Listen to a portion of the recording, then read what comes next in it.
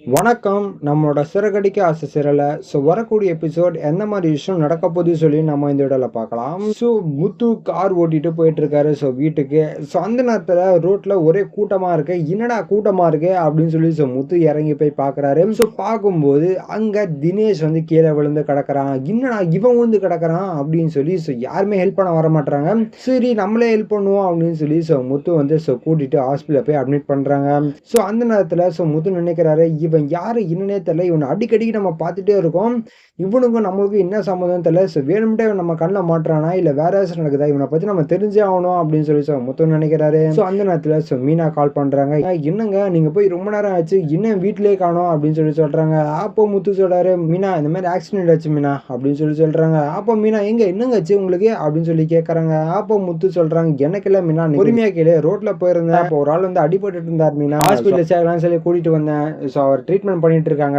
முடிச்சுட்டு நான் வரேன் மீனா அப்படின்னு சொல்லி முத்துன்னு சொல்றாரு. இப்ப மீனா கேக்குறாங்க, அவனோட ஃபேமிலி மெம்பர்ஸுக்கு யாராச்சும் கால் பண்ணி வர சொல்லலாமே அப்படின்னு சொல்லி முத்துன்னு சொல்றாங்க.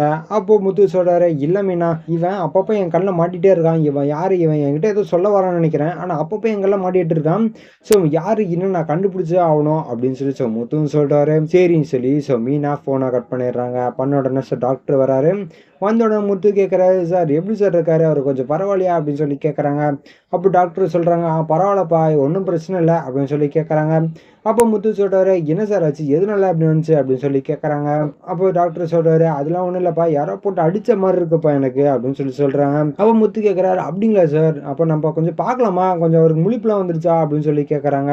அப்போ டாக்டர், வந்துருச்சுப்பா, நீ கொஞ்சம் பேசு, ஆனால் பொறுமையாக பேசு, ஒரு 2-3 வாக்கு மட்டும் கேட்டுக்கோ, அது மேலே பேசாத அப்படின்னு சொல்லி சொல்கிறாங்க. சரின்னு சொல்லி முத்துவும் உள்ள போறாரு. உள்ள போன உடனே, டேய் நீ யாரா அப்படின்னு சொல்லி முத்துவும் கேட்கிறாரு. அப்போ அவர் சொல்றாரு, என் பேர் தினேஷ் அப்படின்னு சொல்லி சொல்றாரு. சரி நீ ஏன் அடிக்கடி என் கண்ணை மாட்டிட்டே இருக்க, நீ யாரு, பேக்ரவுண்ட் என்ன அப்படின்னு சொல்லி கேட்கறாங்க. அப்போதான் தினேஷ் நினைச்சு பாக்குறாரு, இதுக்கப்புறம் நான் ரோஹினி ஏமாத்த முடியாது, ஏமாத்த போனாலும் சிட்டி எனக்கு முன்னாடியே போய் ஏமாத்திடுவோம். எல்லாமே இப்ப என்ன வந்து அடிச்சது வந்து சிட்டி அப்படின்னா ரோஹினி 2 பேரும் யாராச்சும் ஒரு ஆளா தான் இருக்கும். இதுக்கப்புறம் என்னால ஏமாத்த முடியாது, நம்ம எல்லா உண்மையும் சொல்லிடுவோம் அப்படின்னு சொல்லி தினேஷ் முத்து கிட்ட சொல்றாரு. இந்த மாதிரி ரோஹினிக்கு கல்யாணம் ஆயிருச்சு, அவ பேர் ரோஹினி இல்ல கல்யாணி அப்படின்னு சொல்லி சொல்றாங்க. அது இல்லாம சிட்டிக்கும் அவனுக்கு எந்த மாதிரி லிங்க் இருக்கு அப்படின்னு சொல்றாங்க. அது இல்லாம என்ன வந்து அடிச்சு சிட்டி ஆளுங்க அப்படின்னா ரோஹினியோட ஆளுங்கள தான் இருப்பாங்க.